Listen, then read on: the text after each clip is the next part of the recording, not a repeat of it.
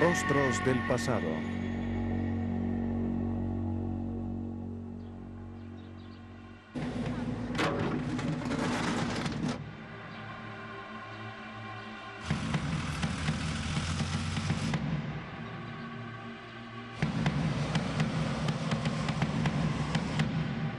Cuando el constructor Edward Weir compró un terreno para una obra en un condado del oeste de Inglaterra, pensaba que había hecho un buen negocio.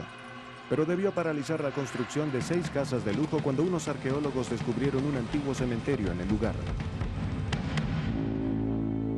Huesos en la Huerta.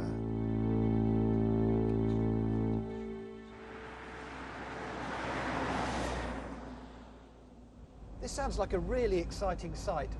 It has to be at least 2,000 to 3,000 years old, but the big unknown is just how many people were buried there, and who were they?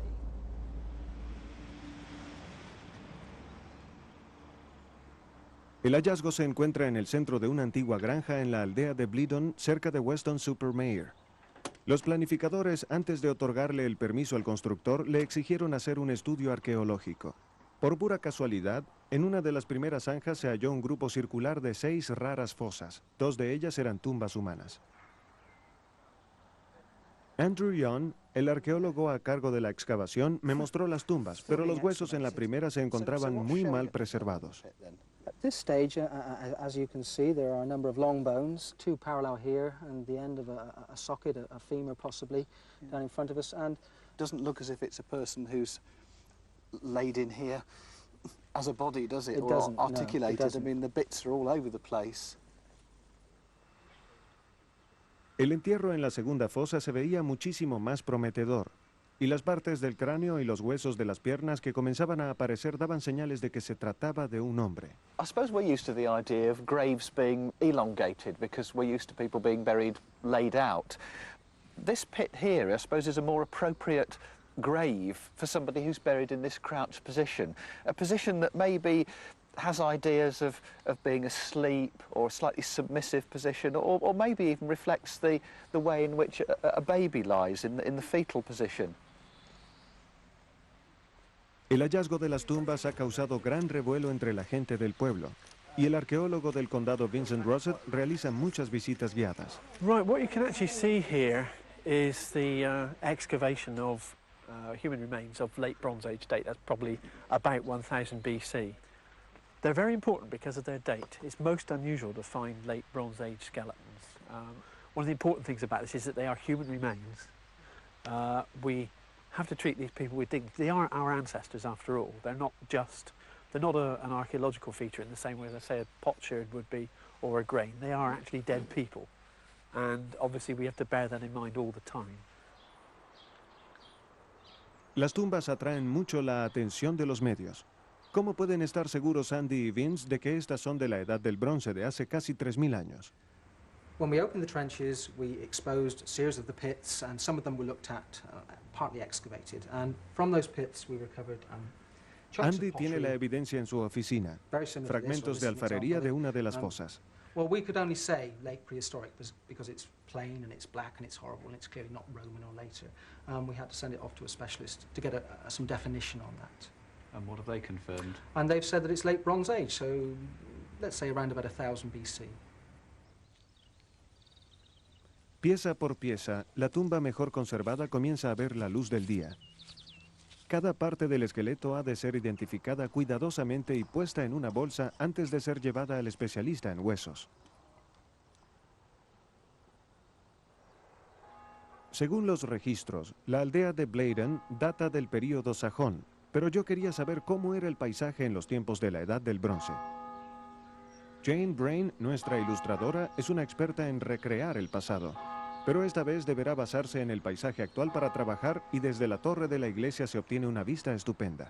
So you've got the main sort of landforms in, haven't you, with the ridge behind, and then the Celtic fields here, which are those bits up there. And the edge of them seems to come just behind those houses there, coming down. And the site is obviously right at the edge of the dry area, and then beyond it, where all those drainage ditches are out in the fields there, presumably that would have been very wet, sort of soggy, marshy environment.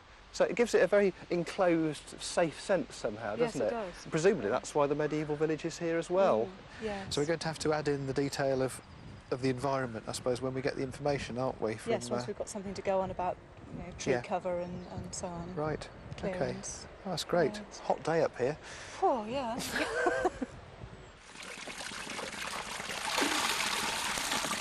Gran parte de la información que Jane necesita provendrá de la excavación.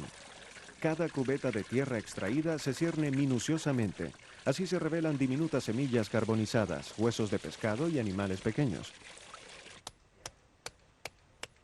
También se toman muestras de tierra para averiguar qué tipo de vegetación había alrededor del hallazgo.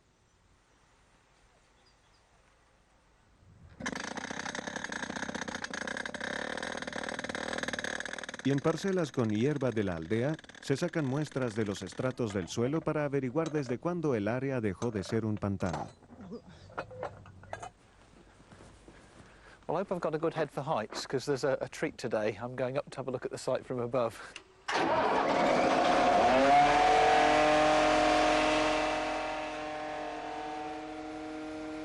What you really get from up here, about 60 feet above the site, is a tremendous idea of its layout. I think for the first time I can see clearly that there's a cluster of 6 pits in a circle, 2 of which we now know have got complete burials in them. Another one has got fragments of human bone in it, and the other 2 haven't been looked at yet. And then further on from that, they've been carefully burying animals, sheep, possibly some bits of pig. So there are all sorts of strange, probably ritual activities going on this site. Hay cierta angustia en el lugar de las excavaciones. Es hora de extraer el cráneo, pero no logran moverlo. I don't honestly think there's a great deal else we can do. Keep going in the right place. It's a bit of room. It's because it's still stuck here. We're going to have to pull. Well, let's try and free it a little bit if we can, shall we? Well, we have been, but it's because of the gravels and the sage. You just can't you can get a great deal down this side. Well, just give them, just see if you can give them a gentle rock now, see whether or not you get any movement at all. Just a gentle rock. Nothing at all. Something correct. Doesn't matter. You know it's going to break anyway, up to a point, so... Oh, yes. You wee bit. Right, hold on tight. Excellent. Jaw too. Quite surprised that he came out in one piece, really. I was expecting him to just collapse. But it's good.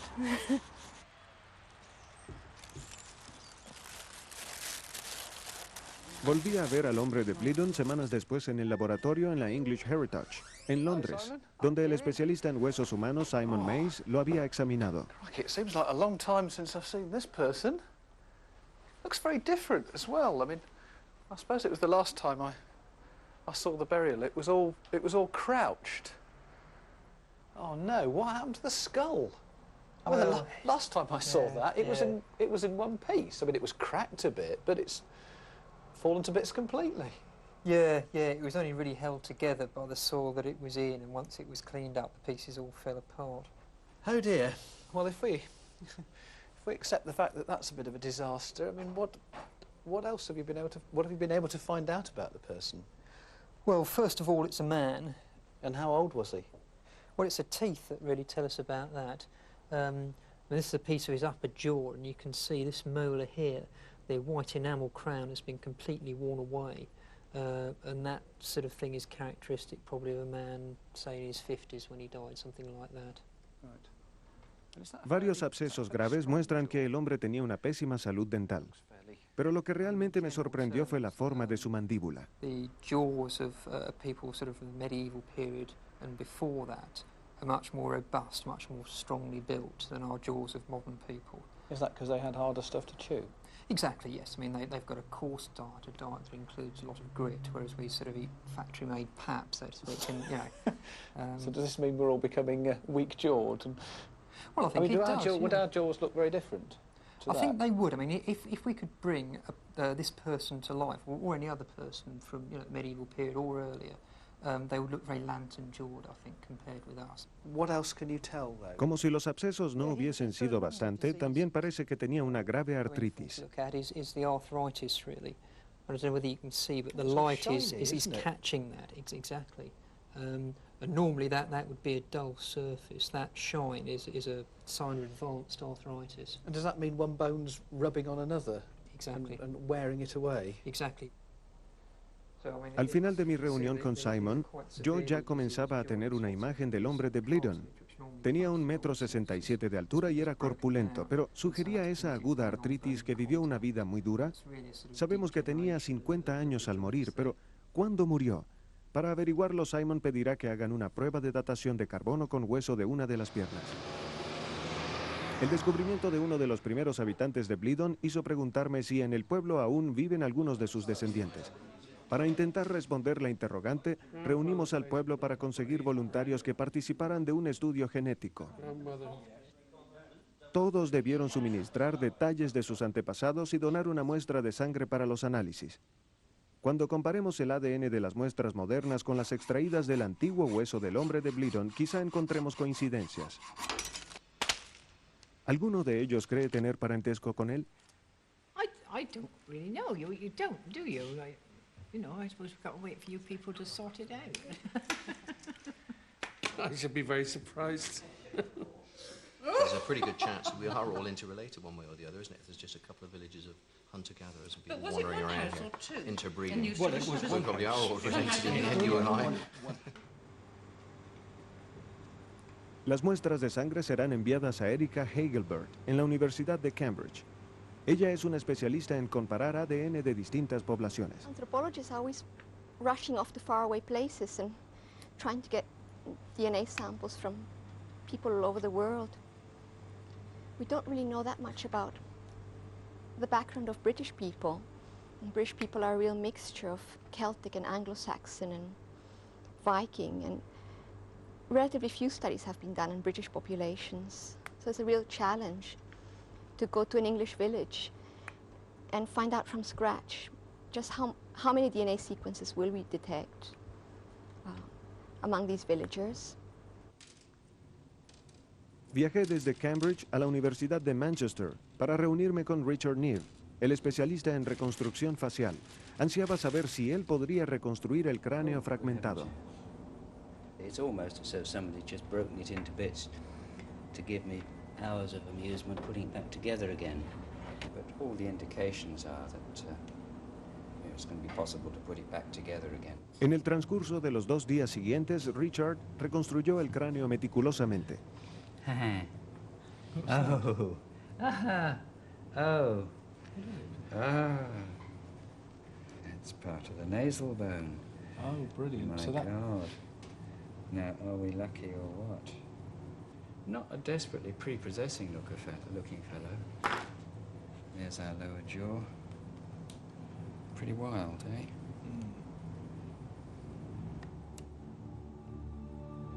Ahora que el cráneo está reconstruido, se hace un molde de yeso y se saca una réplica que servirá de base para la reconstrucción facial.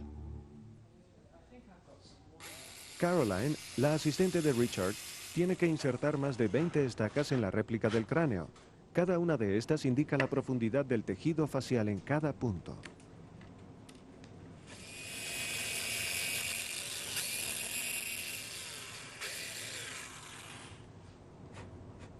It's more frightening as time goes on, doesn't it? I mean, the pegs were bad enough, but when you put the eyeballs in as well. La próxima fase consiste en añadir las capas de músculos, tejidos blandos y piel. Looks like a strange hat at the moment, doesn't it?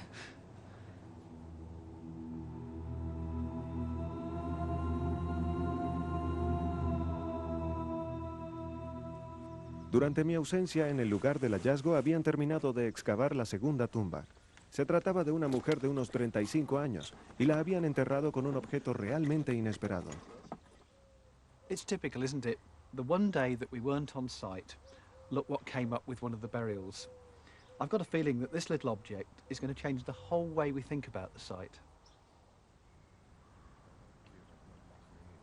En el Centro de Conservación de Salisbury, me reuní con Mark Carney. Quería oír la opinión de un experto sobre el objeto hallado, al cual se le habían hecho placas de rayos X. That's the one you're interested in. Yes, right. So it's a brooch, and it's what's called a penannular brooch. Yeah. Now, we've understood that it's late Bronze Age. Oh, sorry to disappoint you. No. Why not? This is Iron Age. It's a type that is not known before about 300 BC. And there's also one other problem about a Bronze Age dating. This is made of iron, and you don't get that in the Bronze Age. So that means that we've got to revise our whole idea about the date of the burial. I think so, quite considerably. But it's still quite interesting because this type of brooch in iron is relatively unusual. Yeah. It's just that it's about 600 or 700 years later than we thought it was. I'm afraid so. Es gracioso cómo un objeto tan pequeño puede cambiar todo lo que piensas. ¿Pero habrá alguna otra evidencia de que los hallazgos sean de la edad del hierro? Fui a la Universidad de Bristol a ver a la ecologista Vanessa Straker. Ella analiza las semillas encontradas en el lugar. So did all that sieving on site pay off? Yes, it did. We've found a nice collection of the remains of the crops that were being consumed by the people who lived in the area. And what were they growing? They were growing wheat and barley. These are the two sorts of wheat that we found in the samples from Bleeden. Yeah, which one's which? This is a modern ear of Emma wheat here on the left, and on the right is spelt wheat. Neither Emma nor spelt wheat's been grown in Britain for hundreds of years. It's much harder to extract the grain from these kinds of wheats, which are called hulled wheats, than it is from modern wheats, which are known as pre-threshing wheat. So it would have been a much more complicated procedure to extract the grain for consumption from these wheats. Right, so harder work for the farmers. Harder work for the farmers. If you didn't know what date this site was, and you'd looked at all the seeds, what would you suggest? I would think it was later, late prehistoric, most probably Iron Age. De mi reunión con Vanessa, partí a la Universidad de Southampton. Allá Dale Surgeonson, una especialista en huesos de animales, acababa de recibir un gran lote de huesos encontrados en el lugar de los entierros. My image of this man from Bleeden is that he's a farmer. I mean, does your first look at the animal bones bear this out? Yes, yes. Lots and lots of sheep, including a lot of young sheep, a certain amount of cattle, and very, very few pigs, or possibly even none at all. If they had all these sheep, did they have sheepdogs as well? They certainly had dogs to guard the sheep and to guard the cattle, and we found just a little bit of evidence for them in the site. That's a tooth, and we can get an idea from that of the sort of size of dog it was. We compared it with the dogs in our reference collection, and you can see that it's more or less the same size and shape as the modern collie, perhaps a little bit smaller. Right. That's one man and part of his dog. Then. Part of his dog, yes, yes, yes.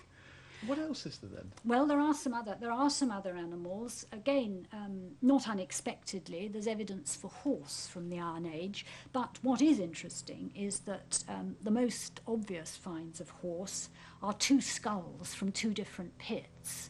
And though this is one of them, you can see we've arranged the teeth in a row, but you can see the state in which it was found is very, very fragmentary. So just the skulls? Yes, just the skulls. Isn't that rather strange?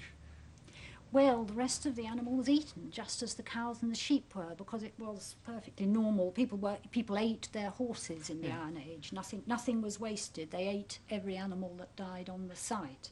And in fact, that's a cow's tibia, and it's been butchered to be put into a cooking pot and stewed so that the lovely nutritious marrow can come out of the bone to be eaten. And so I think we've probably got a fairly typical Iron Age assemblage here for the area. Algunas de estas antiguas razas son muy distintas a las actuales. Lo pude constatar en el parque campestre de Cotswold. These are soays. They're small, slender, their wool can be plucked, it doesn't need to be shorn, and both sexes have horns. These are full-grown Dexter cattle, the sort that our Iron Age man at Bleeden would have had. He would have milked them and used them for pulling his plough in the fields as well. They're lovely, aren't they? Hubo una reunión en el laboratorio de Vanessa para ayudar a Jane a decidir cómo iba a pintar el paisaje antiguo. Andy todavía pensaba que el hallazgo era de la edad del bronce.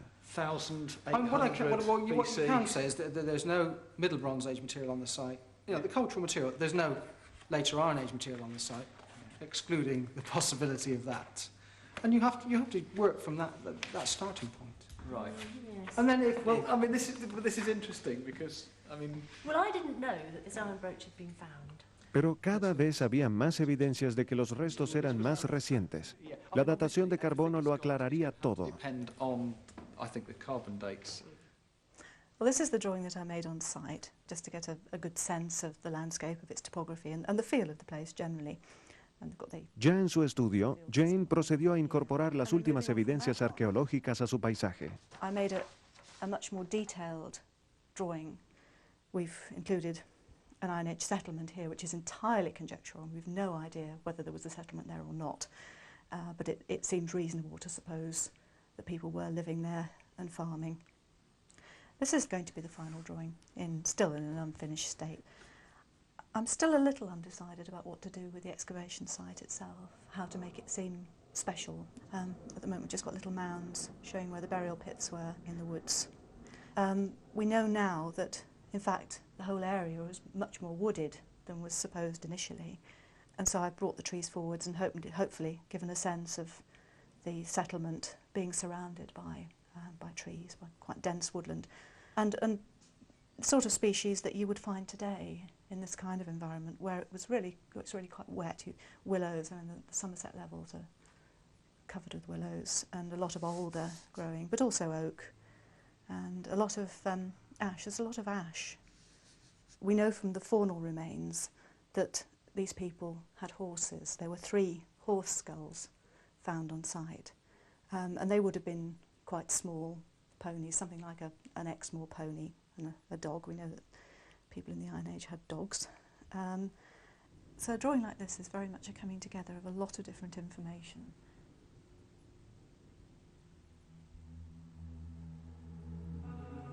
La ilustración final de Jane es un paisaje de campos y granjas, y colina abajo del asentamiento, en un claro alejado del bosque al borde de la salina, se ve el cementerio.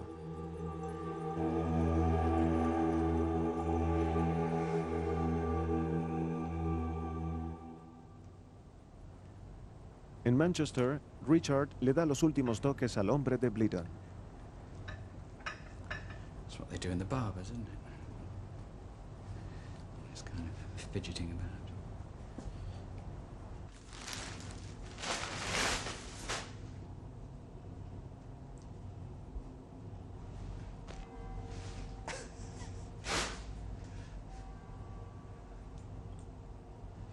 He doesn't look anything like I thought he was going to look like. I'm sure he doesn't. It really is odd, because this isn't the face that I expected I was going to see. I mean, I feel as if I've almost got to know this person from having seen them in the ground as a skeleton and then seeing Richard rebuilding the skull and the face gradually emerging, but it's still a surprise. I think it's a very strong face. It's almost got a touch of authority or nobility about it, and yet it's a person who you suspect has had a hard life. I mean, life must have been hard in the Iron Age. I think all I can say is that I'd love to have met him in real life and be able to talk to him, but that's one thing archaeology will never let us do.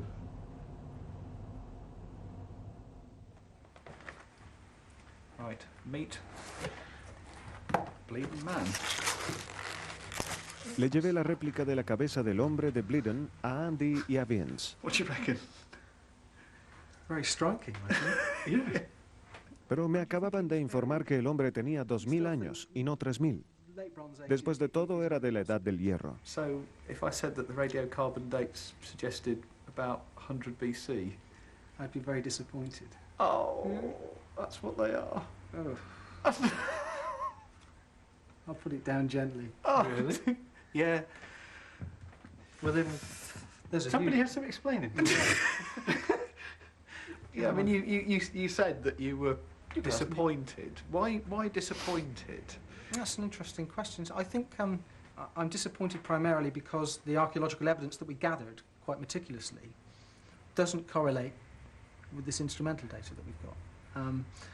And it's nice to, when you look at a site in that detail, you expect to be able to smooth out, to correlate the finds, the pottery, with the instrumental data reasonably tightly. And what we have here is a huge difference.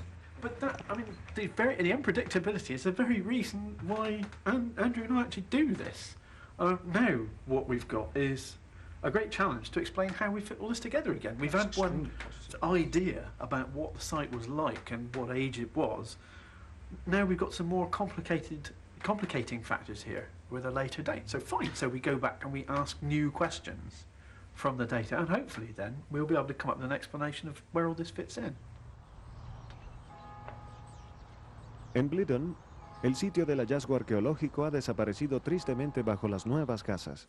I'm Julian Richards. I'm the archaeologist who's working on the series. Estamos en el auditorio del pueblo. Han pasado 9 meses del descubrimiento y ha llegado la hora de mostrar el ancestro a la población. And so, the question is now, do any of you recognize this person? There's somebody in the village that looks like this, is there? Oh!